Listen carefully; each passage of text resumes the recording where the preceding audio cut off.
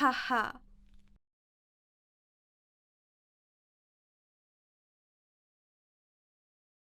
Grrr.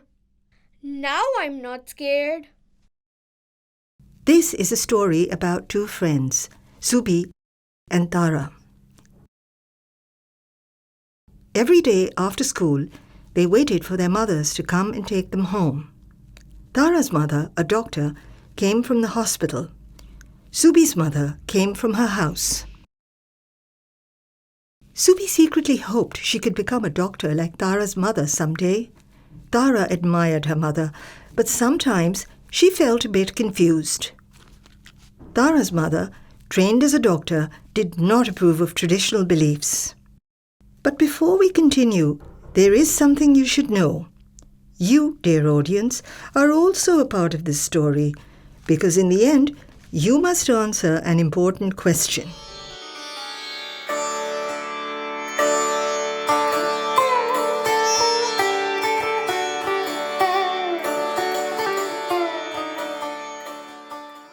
One evening after school, Subhi and her family had supper together as usual. After dinner, Subhi went to bed. Then suddenly, something happened. Subhi's mother and grandmother found her burning with fever. Something had to be done. Go and bring Sai Baba.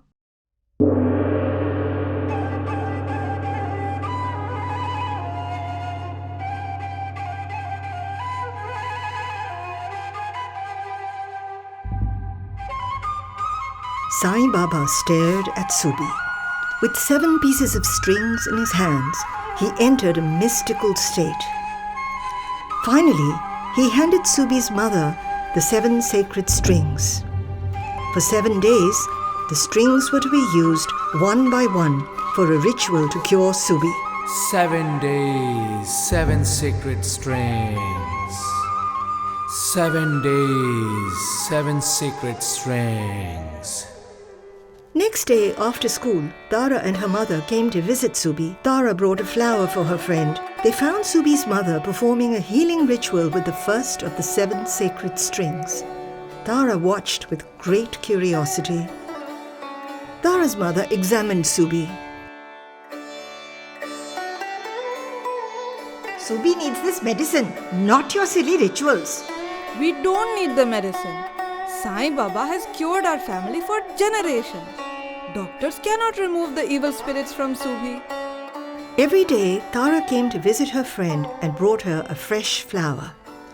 Every day, Subhi's mother performed the healing ritual.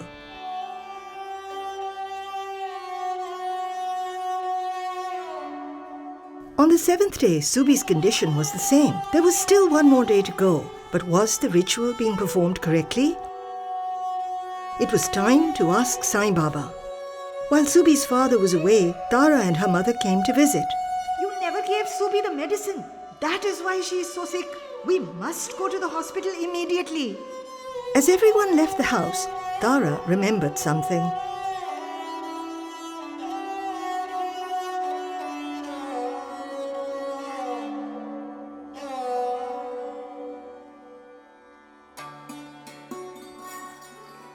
Where did I go wrong? Subhi's father and grandmother arrived at the hospital with Sai Baba. The nurse refused to let Sai Baba visit Subhi. No one noticed Tara quietly slipping into the ward. What was this? Tara had brought the last of the 7 sacred strings for Subhi's mother. Of course, the ritual had to be performed exactly for 7 days. There was still hope. I won't allow these rituals in the hospital. Please work together. You both love Subhi. But was it too late? Subhi! Subhi!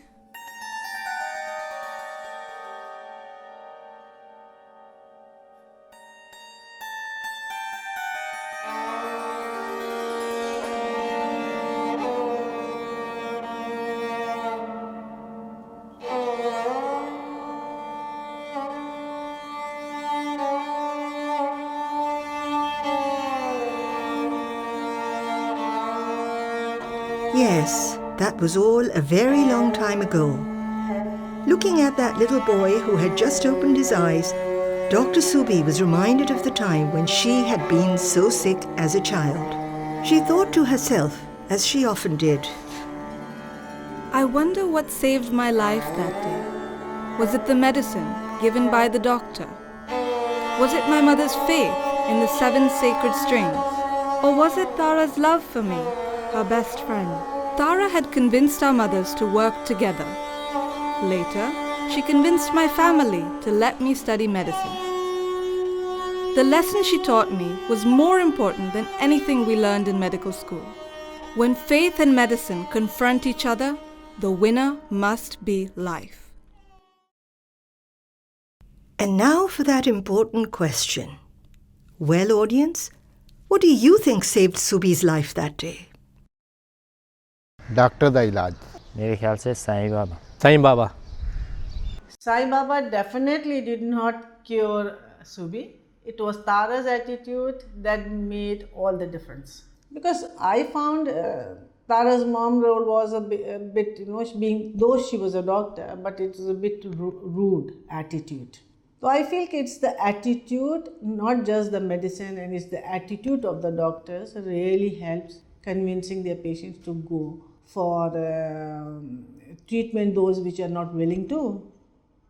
7 Sacred Strings aims to address the conflict between Western biomedicine and faith healing. This conflict is one that I am drawn to personally as an anthropologist. With the growing diversity of the world and the globalization of medicine, physicians trained in modern medicine are very likely to encounter patients who follow non-Western traditions. Many populations are guided by alternative remedies, superstitions, and the mistrust of medical systems. In our part of the world, the thing is that every individual from a very young age believes in a faith and very strongly believes in it. So I believe it's not really fair when they're at a point of crises in their life where you're like, okay, now you need to dissect the religion aspect and the science aspect, and now you have to give one thing that you believe in so wholeheartedly, and you have to give that up, and you have to believe something that a stranger is telling you now, and just abide by it. Born in Australia, raised in Pakistan, and college educated in the US, I have had a varied cultural exposure. I have witnessed relatability gaps between physicians and patients, not just in resource-poor settings, but also in affluent countries with immigrant populations. No, I don't think spirituality or faith healers are only limited to Pakistan, and I think it's a global issue. The thing is that we don't realize that when we talk about the world is not just Pakistan and then the US. There are lots of countries, there are a lot of African countries, there are countries in the Far East, all of which have a huge influence of their religion, of their faiths in their practices. To create that relatability, I feel as though there need to be conversations between healthcare professionals and seekers that must happen among themselves as well as among each other.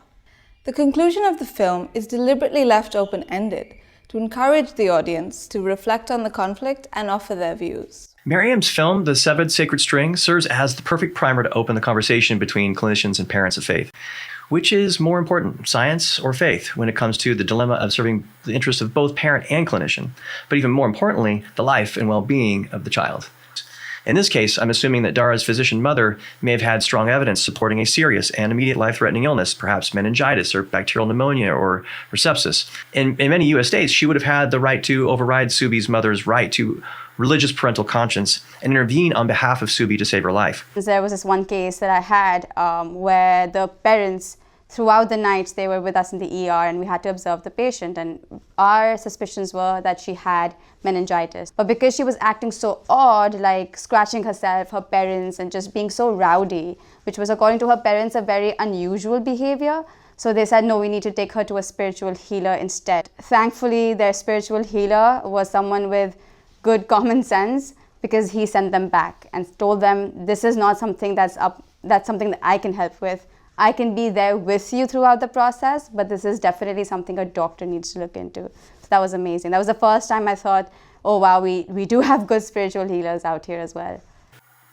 As a physician, I firmly believe there is room for both in the context of caring for our patients, allowing our patients to believe and practice their faith as they see fit in caring for their loved ones. It should be a basic tenet in the formulation of the total overall care that we provide our patients. My hope is that 7 Sacred Strings will act as a catalyst for opening up conversations which can help healthcare to move away from cultural assumptions to cultural understanding.